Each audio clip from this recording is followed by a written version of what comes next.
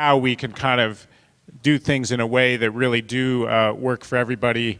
I think Sonoran and Dennis personally have done a lot of very good work in trying to bridge gaps and create things that that do work for everyone. And they've did a specific project called Building the Best of the Northern Rockies, which was, I think, a terrific showcase, and Dennis is going to give us a little presentation on that project. I should also, the one thing I forgot in my announcements this morning was this afternoon was to remind everyone that there is a cocktail party after this session, so you don't want to go anywhere and miss that Farmers Bank sponsored reception. So with that, I'm very pleased to introduce Dennis Click.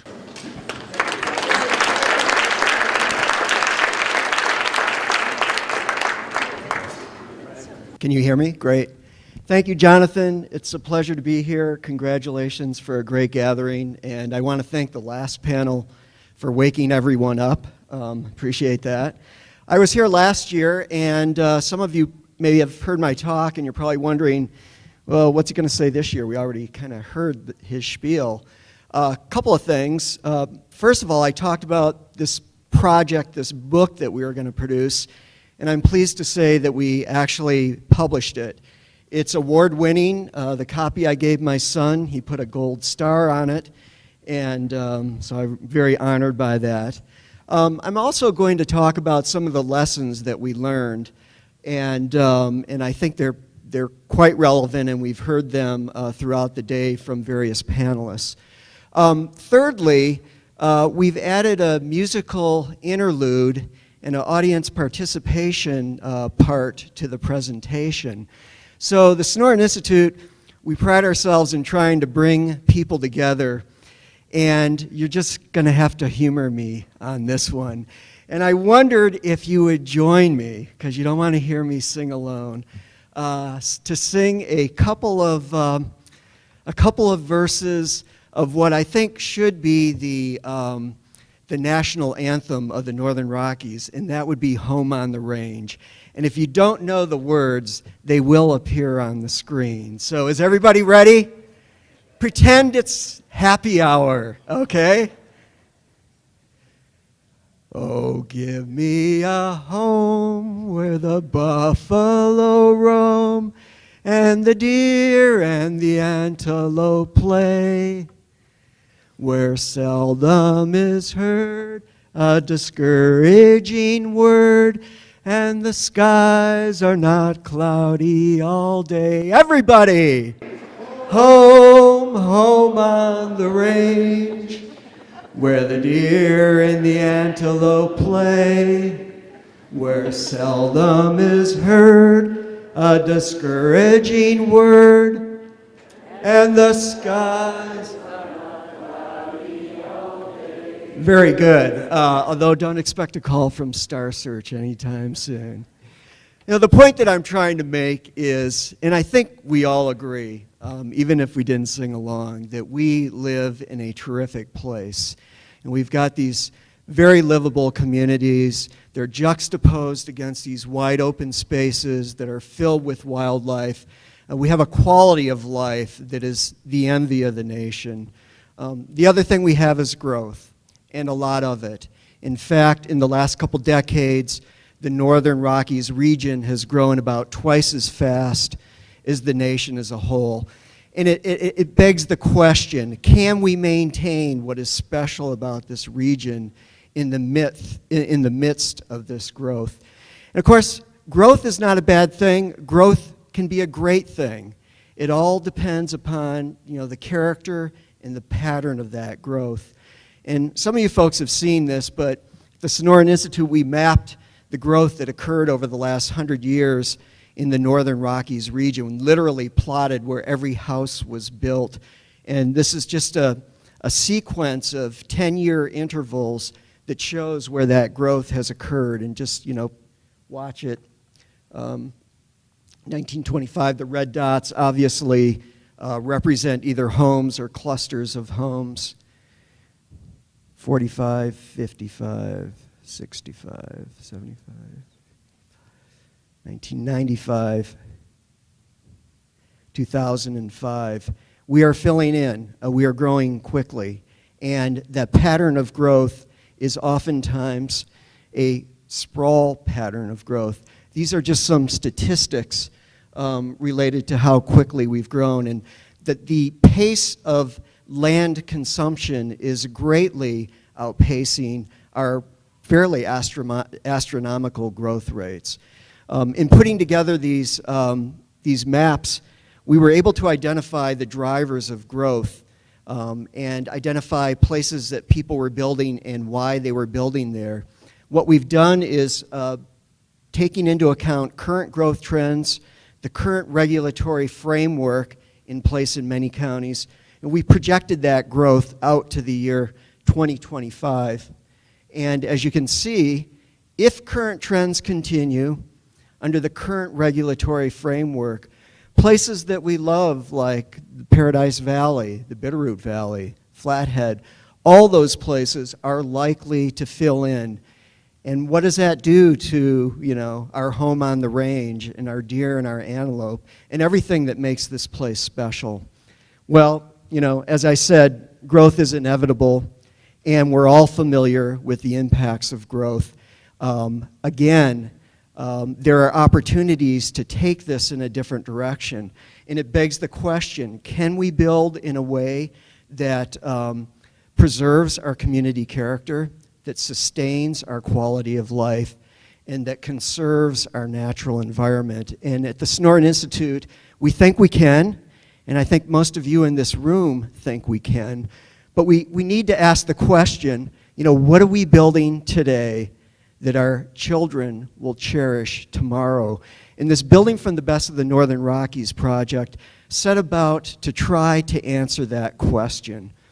What we wanted to do was shift this debate, and we heard it, and it's happening everywhere, shift this debate from what is wrong with new development to trying to come together to identify what is right. How do we do that? We aren't experienced in the development industry. We aren't architects. The first thing we did, though, was to hire an architect, Ralph Johnson from Montana State University, and he helped us to pull together an advisory committee that helped us to, first of all, identify what best development practices look like in the Northern Rockies. And we focus primarily on in-town development, edge development, and rural development. What does good development look like? What are those best practices? The second goal of the project was to, once we came up with those best practices, see if we could identify projects on the ground that reflect those practices. Now, there's no perfect development project, but we had faith that if we ferreted out projects that reflected these practices, we could find some. And they might not reflect all those practices, but certainly they could reflect at least some of them. And people respond best to concrete examples. If you say, well, that's good, people understand that a lot better than if you say, well, we're looking for family, infill, affordable, et cetera, projects. So we wanted to identify real examples on the ground. And we wanted to celebrate those projects. If people are doing good things, we should put a spotlight on them. And we thought that maybe we could do that through the publication of this book, through awards, through publicity in the press. And finally, we wanted to identify why more of these projects weren't being done. What are the barriers to good development in the Northern Rockies, and how can we overcome those barriers? So, as I mentioned before, Ralph helped us to put together an advisory committee, and some of them are actually in the room today. It was a group of about 40 people. It included some developers, builders, realtors, architects, some land use planners, some elected officials. We had affordable housing advocates, smart growth advocates, and some folks from the conservation community. We brought them together 8 times over the course of a year and a half. Their first task was to come up with these best development practices. And they roughly fall into the categories of innovative community design, designs that reflect and enhance communities. All these are detailed in our book. Another best practice related to community revitalization, the idea that development and restoration of historic structures should serve as a really important tool for revitalizing communities that are down in their luck. Another category of best practices was economic success. We didn't want to look at projects that didn't make money. If they didn't make money, they are not in our book. Obviously, people, we want people to do the right thing. We want it to be profitable.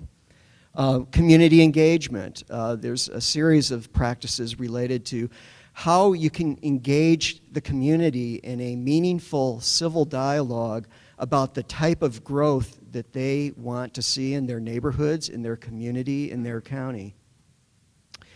We looked at this issue of transportation, the degree to which new projects, integrated transportation issues into the design of the projects. It was mentioned before that it was tough to get a developer to build a bus stop for kids. That's not a best practice. And finally, we looked at issues related to the environment and to energy efficiency and the degree to which projects tried to minimize their impact, maybe even engaged in some restoration work. We looked at green building techniques and, of course, energy efficiency. We scoured the region, not just the Missoulas and Bozemans of the world, but we went all over Montana, Idaho, and Wyoming.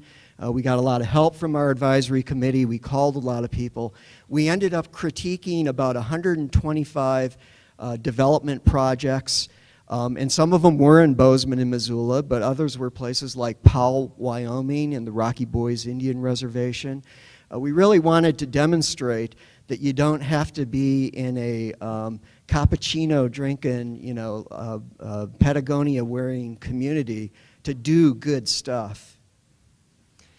And we came out with a book, and we unveiled this at a gala event in Bozeman earlier this year. And I think the significant thing about the event was the room was packed, and it was, I thought, a really great gathering of diverse people from the building industry, developers, architects, conservationists, elected officials. It was a lot of fun, and we gave out some awards, and there was a lot of good publicity. The new issue of Big Sky Journal Home has a nice piece on the project. So we really wanted to recognize and reward people that had done the right thing, and I think they were grateful. The book itself is divided into 3 categories of projects: in town, edge, and rural. Just a couple of examples of some of the projects. The Great Northern Town Center up in Helena is a project, that 11-acre project on a brownfield. It includes commercial property. There's a parking garage, movie theaters, restaurants, businesses. There are plans for housing, and some really nice civic spaces. There's a carousel, and there's a really neat interpretive display on the headwaters of the Missouri. This was a weed-choked, old railroad yard about 10 years ago, and someone had a vision, and they had to overcome a number of obstacles, but it's a great project, and it's been a success. And there are many other terrific in-town projects, and they range from high-density development in Boise to smaller towns like Phillipsburg, and the fantastic makeover of Main Street that's been accomplished by volunteer efforts. Powell, Wyoming, and would be in the lower left. Powell, Wyoming, a little town in Wyoming that was pretty down on its luck. It had about 21 empty storefronts before they did their Main Street makeover. Now those stores are totally filled. And then some really nice civic projects like the Center for the Arts in Jackson Hole. More modest projects, little infill project in Bozeman, a corner lot where architect designed 2 little houses. And I'll tell you, if you think it's easy to build a new house in Bozeman, you're dead wrong. It's pretty tough. But this individual spent a lot of time talking to the neighbors about what they would like to see on that lot. And he did a nice design. When they had the final hearings, none of the neighbors protested what he was proposing. We've got the Gold Dust affordable housing project, terrific project here in Missoula. It has civic spaces, rooftop gardens, energy efficient design. The lower left is Xanterra Housing. Xanterra is the concessionaire in Yellowstone, and they're building housing in Gardner for their employees. LEED certified, extremely energy efficient, really nice little structures. And then good old Butte, you know, the bus station, the new bus terminal, has passive solar heating. They build it downtown. They've got a good bus system. Butte's always doing good stuff. The in-town projects are exciting, but in fact, most of our growth is occurring at the edge of our communities. And just a couple of examples, Valley West is a 310-acre subdivision at the edge of Bozeman. 30% of it is in open space. There are multifamily units, single-family units. Many of the neighborhoods look traditional, you know, bungalow, craftsman-style bungalows. But there's also some really nifty, very contemporary homes, brightly colored.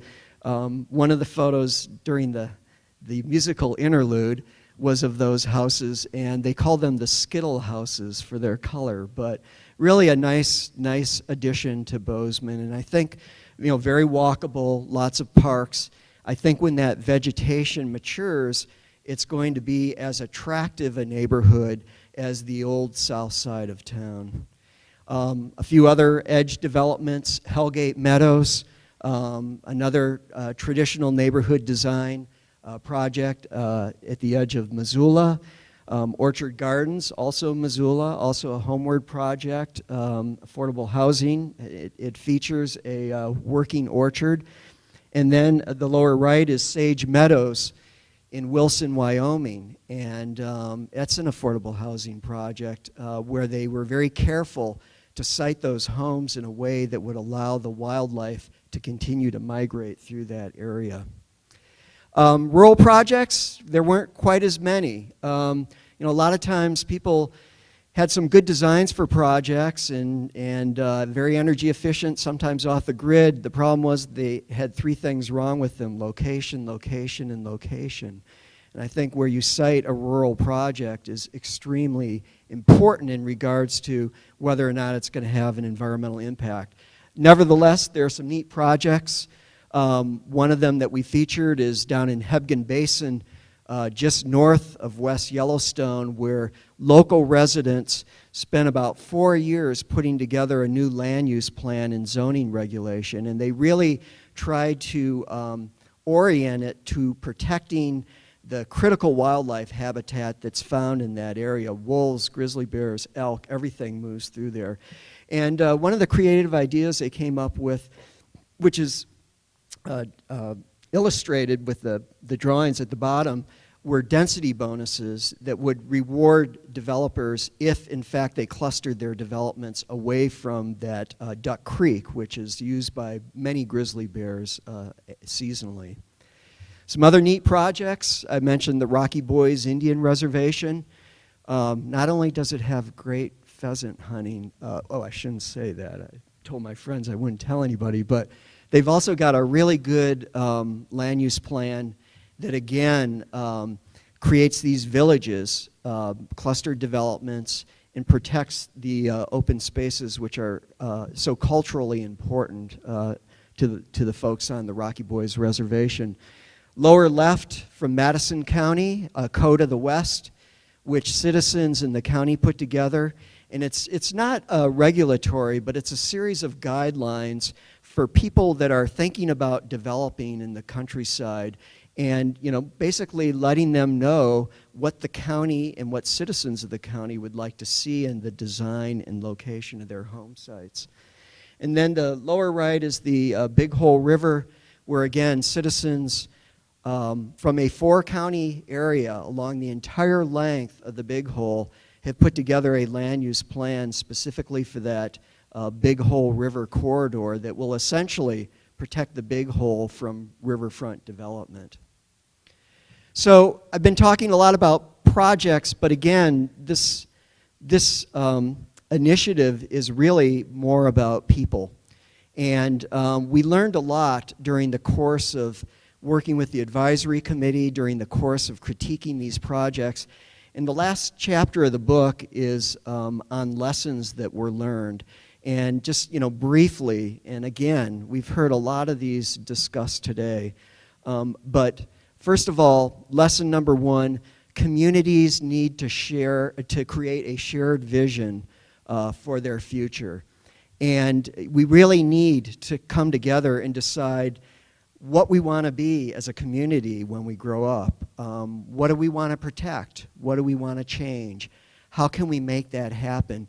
In the degree that we can make that a shared vision, an inclusive process, I think we can avoid a lot of problems down the road when individual projects are proposed to the community. So, a recommendation to the development community is to engage in those community visioning processes and encourage communities to do that. Development decisions, we heard this earlier, they should be predictable, fair, and cost-effective. Particularly if the community has articulated what they wanted.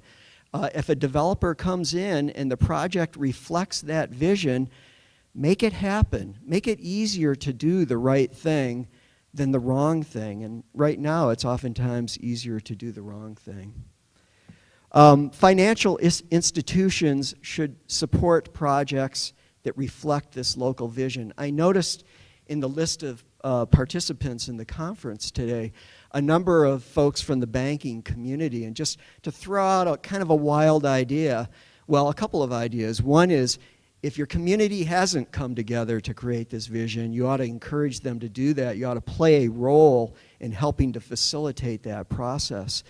And then taking from that vision ideas for your own best development practices. It'd be great if our banks sort of had their, building from the best of Livingston for the Bank of Livingston, that when people, were seeking money and financial resources for projects, they would look at those best practices that the community itself has come up with and help to facilitate projects that reflect those practices.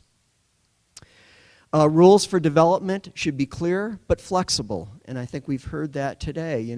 Figure out what the standards that your community wants for development, but allow some flexibility and some creativity.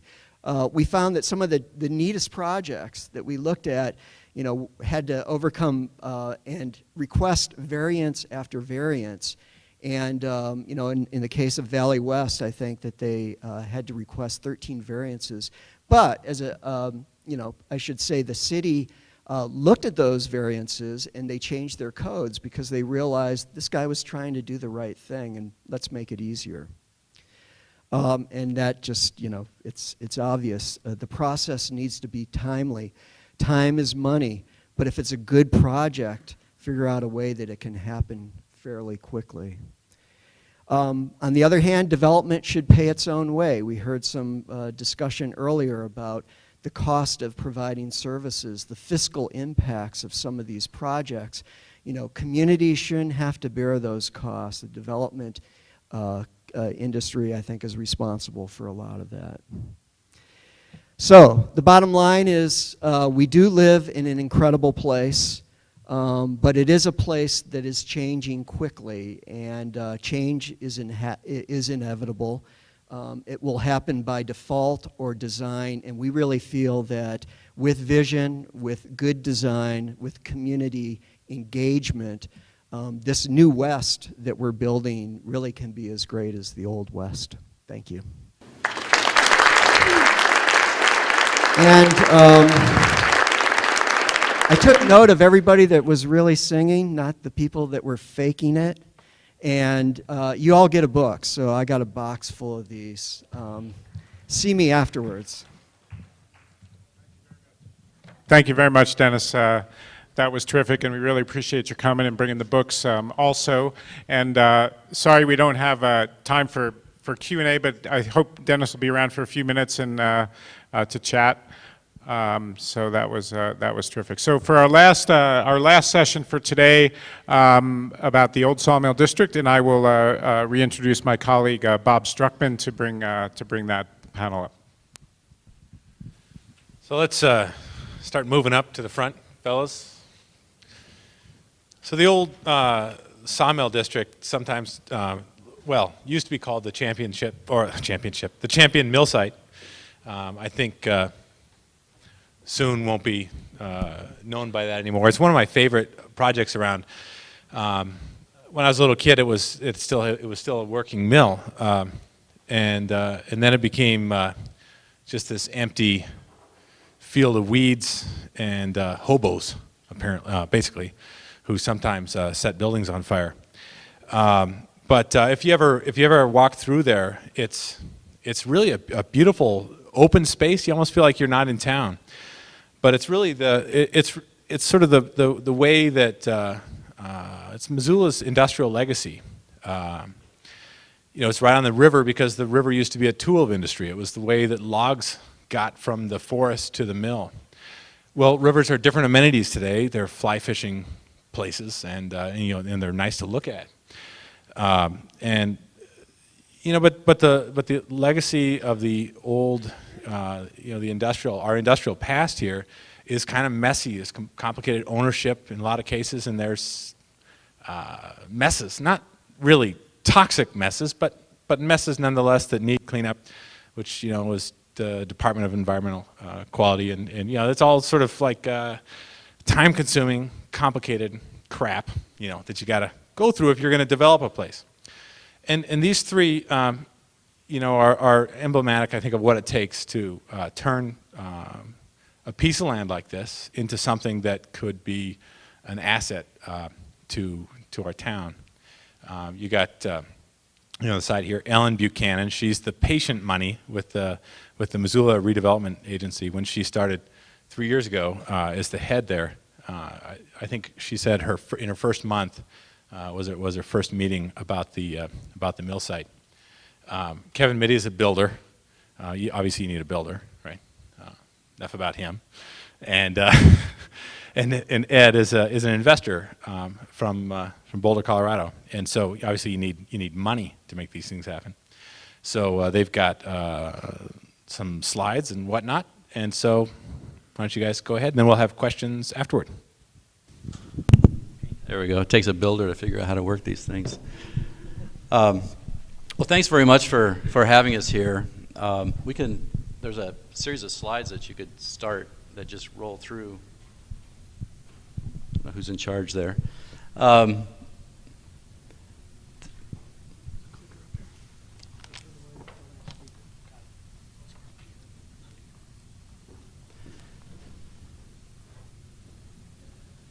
we'll get this all to work here.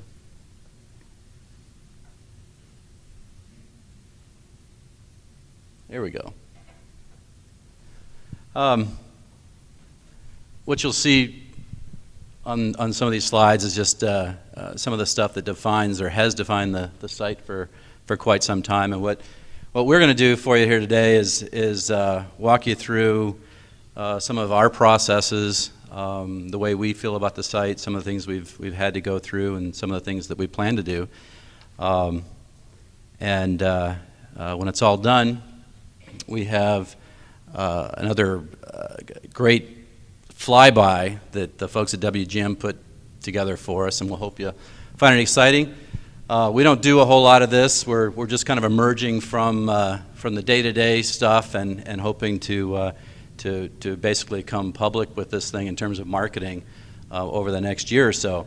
So we're open to all kinds of feedback, any kind of feedback, and hope to visit with you afterwards during the cocktail reception or however that works. Can we flip into Do I get the controller, or how does that?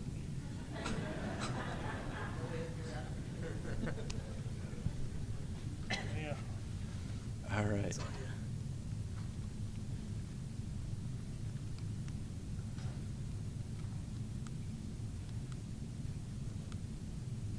Well, we'll get back here. We need to get to the next slideshow, guys. Well, anyway, we'll just get into it here. I'll talk just a little bit about Missoula, the way we see it, and there's been a lot of talk here already today about the market. It's essentially 100,000 folks, a little more if you draw the circle a little bit bigger. The population breakdown fits what we hope to be the meat of the market, and I think a site like this offers an opportunity for many different product types, which will fit into the different segments that have been talked about as well. We're also, there's nothing short-term about this. We've been working on this for 5 years now, and we're really anticipating the first sale of any kind of product probably in '09, and a 10, 12, maybe even a 15-year build-out cycle from there. Again, big picture, Missoula is a very active community, as you all know. Many recreational options, lifestyle is great. We think we're coming on with something that'll be a combination of new product in a great location. And I'm going to hand it over to Ellen now to talk a little bit about the process for the way we got here. And I think that's how that works. Or, I'm sorry, Kevin. Love these slideshows. This is kind of just a picture, more of a location picture aerial with the site looking east.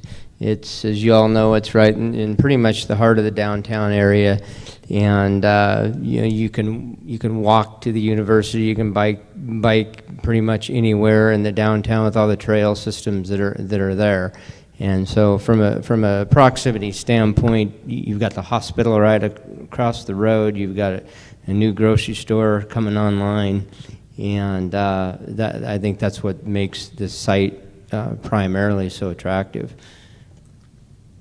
This picture here is a picture of the mill back in 1937 when it was in operation, and it's been in operation far before that. But as you can see, the river was channeled under the bridge and into the site and dammed up, and that's where they floated the logs in from upstream and processed them there on the site.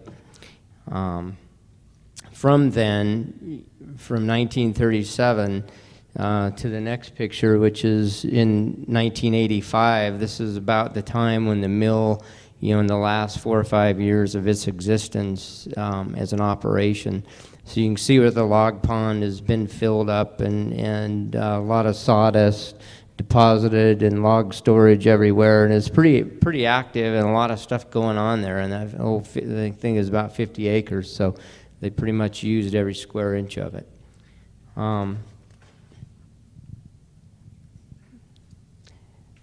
This kind of jumps forward to about 2005, and as you can see,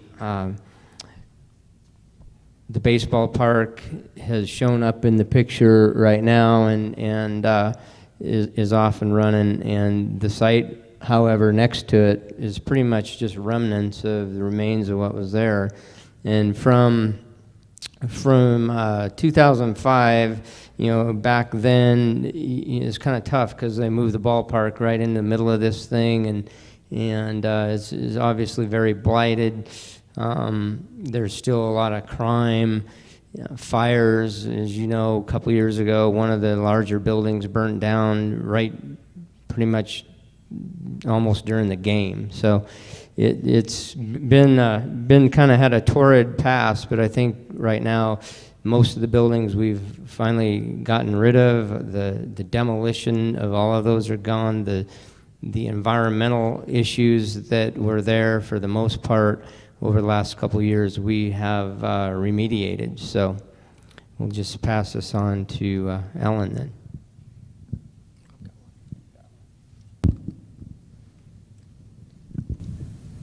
Thanks. I think you've heard a fair amount today, in particularly the session before the last one, about the need to work with all the parties that are involved in any given project, whether it be the neighbors or the regulatory bodies, other developers.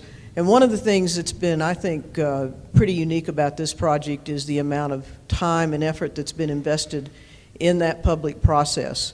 Missoula has neighborhood councils that are created by charter, and that's been a very good vehicle for this project. We work closely with the neighborhood councils that were in the area surrounding this, understanding that piece of property, while it was an active mill for a whole lot of decades, has also been vacant for a good while. Hadn't been exactly the most desirable neighbor because of some of the issues that have happened over there, like fires, like transients living there, and some of the mischief that's taken place. But still, it's been vacant. It hadn't been generating traffic. It hadn't been generating noise. And I think that process has really served this project very well. It's an incredibly complicated project that, I don't think I got the right angle here. There you go. It's a complicated project that has ended up, in terms of public-private partnerships. On the public side, we've involved federal, state, and local government in both funding and regulatory aspects of it. On the private side, you've got the private developers, you've got a nonprofit, and you have a major corporation that's been involved. The ownership was incredibly complicated in that there's a fee owner, and then was a very long-term leaseholder. The brownfields aspect of it that Kevin alluded to certainly has complicated things, but we've been able to put together a process and funding sources that have allowed us to get that piece hopefully almost behind us and be able to move forward with the development of the site. Our agency, the redevelopment agency, has kind of served as the point agency in the coordination of all of this. And there's already been one large tax increment bond that was issued in 2006 to buy out the lease. There will be a second large bond issue that is structured such that the developers will actually buy the bonds, and then they'll be repaid by the increment that's generated through the development of this property. So it's a pretty unique package, but that's what's going to allow the infrastructure to be built, which will then allow the land to be sold and the development to take place. One of the things that's noteworthy in this project is that because of the time that I think the developers and our agency and a multitude of other folks have spent with both the citizens and with the elected officials, is that every vote that's been taken on this project by the City Council has been a unanimous vote. This is probably the largest zoning issue that the council's dealt with in Missoula, particularly in the inner city. And it was approved, the subdivision and the zoning was approved in one night with a unanimous vote. It was a long night, but it's kind of symptomatic of what we've been able to do with the kind of cooperation and the patience that Kevin and Ed have shown as developers, and the willingness of the city, the Office of Planning and Grants, the MRA, Public Works, and our elected bodies to really put time into this and make it work. It's the perfect urban infill project, and it's being done right, and I think it's going to be a real model for the country. With that, I think this goes back to somebody.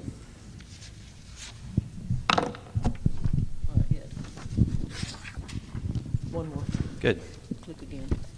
I think just to build on what Ellen said, the process really it took time, but it was a very valuable process, and then we came out of that with a handful of concepts, ideas, objectives, things that we knew were important to folks, but we weren't quite sure. Some of the important things don't fit together. And so you have to start to prioritize things, and that was a real interesting experience. But generally speaking, what came out was that there was a lot of attention and focus on the idea of the area being pedestrian friendly, a heavy emphasis on recreation, trails. We learned afterwards actually that this is the hub of all the trail system, or the hub of the trail system in Missoula, and once it's complete, theoretically you'll get to be able to get to just about anywhere on bike or walking. Parks were important, and at the end of the day, we've got a 15-acre park and another 3 or almost 4 acres of common area, representing probably 40% or so of the site, and that it be a multi-use property, that involves retail, that we develop a community aspect to it, and a nice place for folks to go and hang out and spend some time.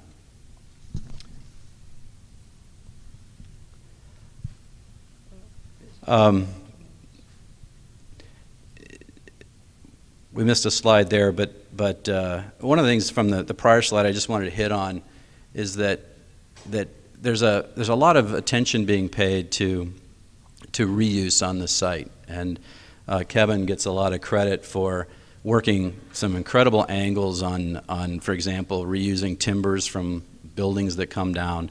One that came down by fire but still had some usable product in it. There's concrete that's, if you were to drive by there, there's huge piles of concrete that are being dug up, and we'll find good ways to reuse them in road base and other things.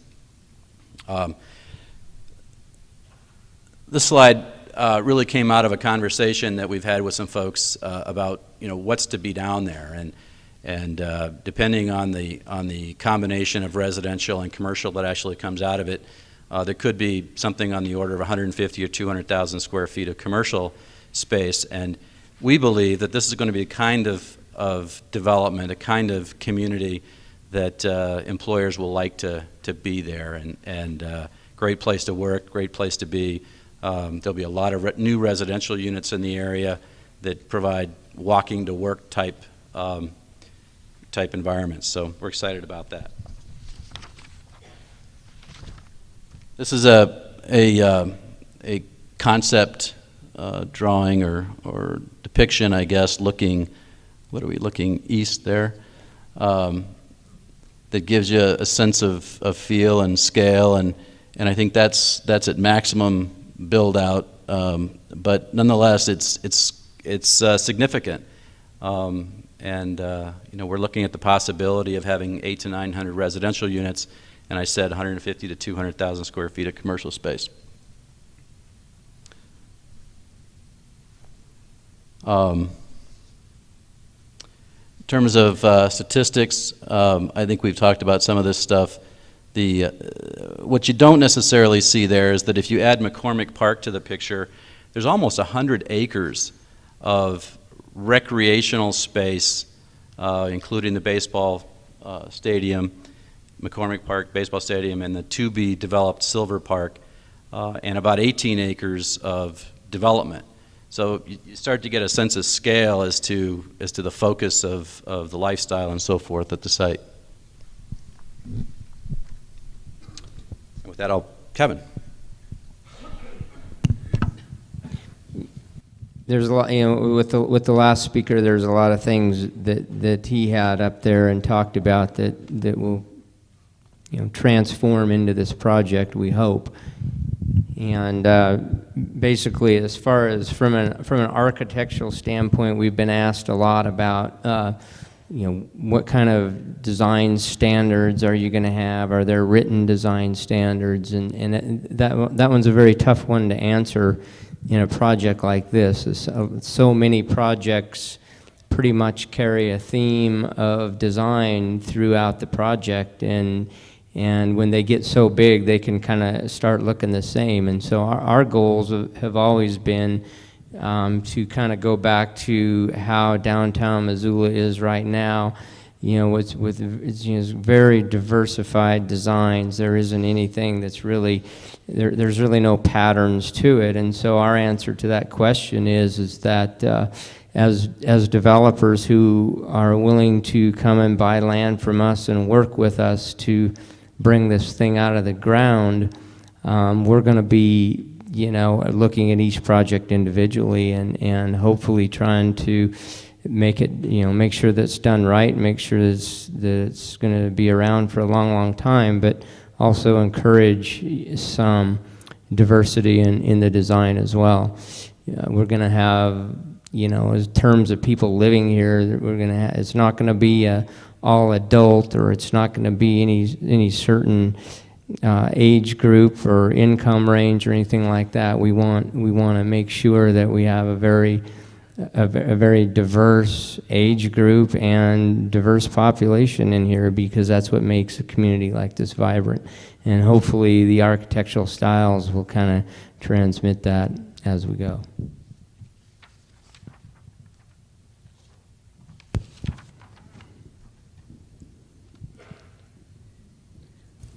When we first were becoming really deeply involved in this, I think a lot of the questions that came from some of the public were centered on, well,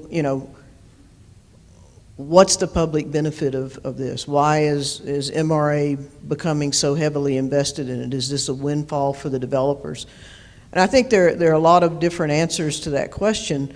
One is that, having lived with them for 3.5 years now, and they've been into it 4 to 5 years, this project's not a windfall for anybody.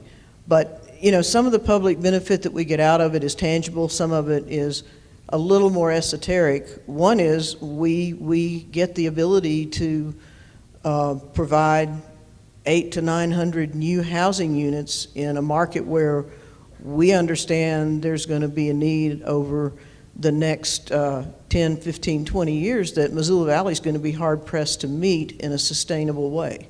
This project gives this city the opportunity to meet a significant number of those new needed housing units in a way that's extremely sustainable.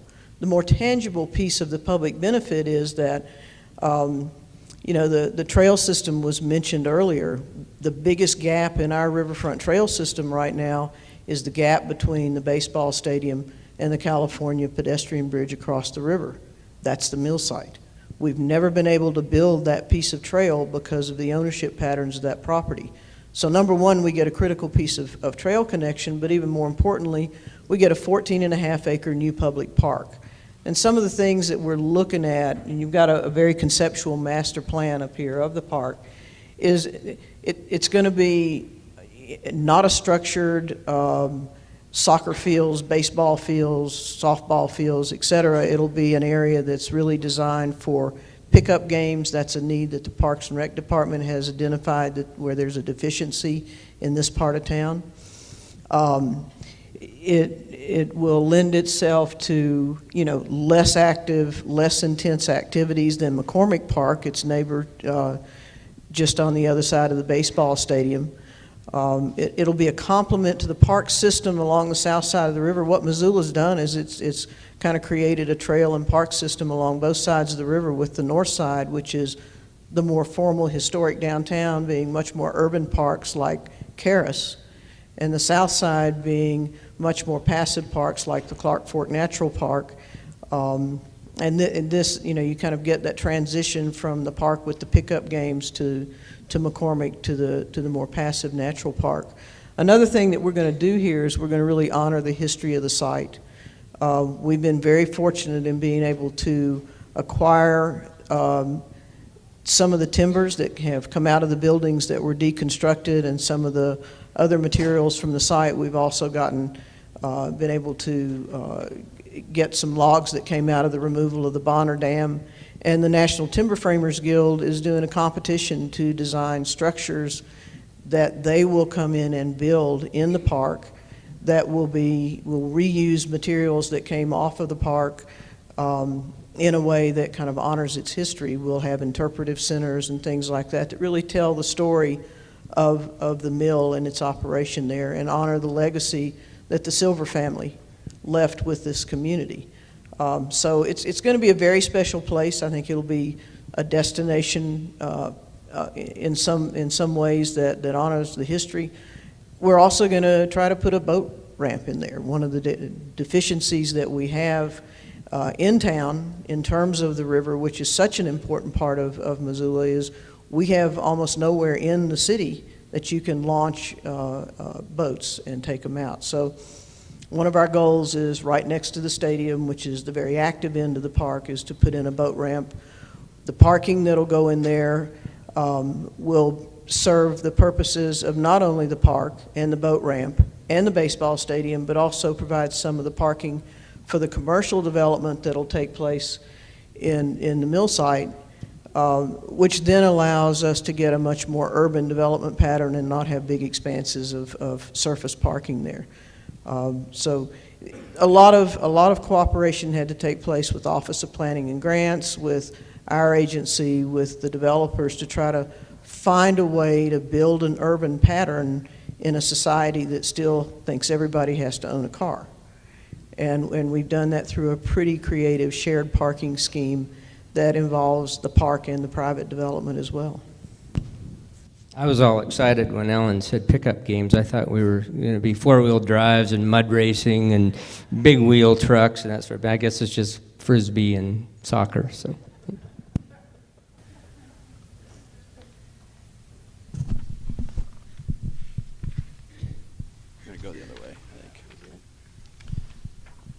I think we're about to the end of our slide presentation. And we'll soon here ask these guys to kick off the animated presentation. But I guess, I'd just personally like to say that we've heard different comments during the day about the time it takes to put things together and the need for a developer to have some sense that things won't change underneath them too quickly and so forth, and all of that's true, we can tell you that there probably aren't too many projects around that are going to take as long as this one will to get to the market, and we've been fortunate, blessed maybe is the right word, to have the people on the team, and the team.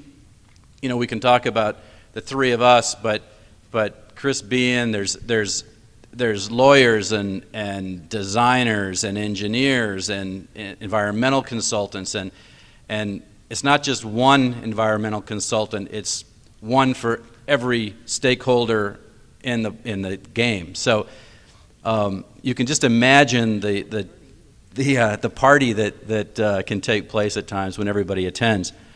And we've been lucky that folks have seen the greater good, the big picture, and we've had to come back on more than one occasion and ask folks to maybe see it a different way. And we've been lucky, and it's all working the right way. So I guess the conclusion is thanks for being here. We think this is a great place. We think it's a great project. And Missoula gives us the opportunity to make this work. Can we kick off the other deal?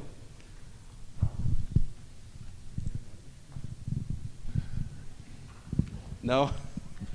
I hate to hold anybody from their cocktails. Okay. But, should we take a question or two just very, very briefly? What do you guys think? Does anyone have any questions? In the front, Linda? Here, I'll give you a mic. Hi, I'm Linda McCarthy, here representing the Missoula Downtown Association and the Downtown Business Improvement District. And I don't have a question, but I do want to say thank you for the time and the resources that you've spent on this project, for your investment in downtown Missoula, and for the patience that you've had over the course of the last 5 years, and of course going into the future. And that's all I wanted to say was thanks. Thanks. Nice, thank you. That applause sounds like we've wrapped this up, huh? Let's go ahead and, it's an exhausting day, right? Everyone's conferenced out. Here we go.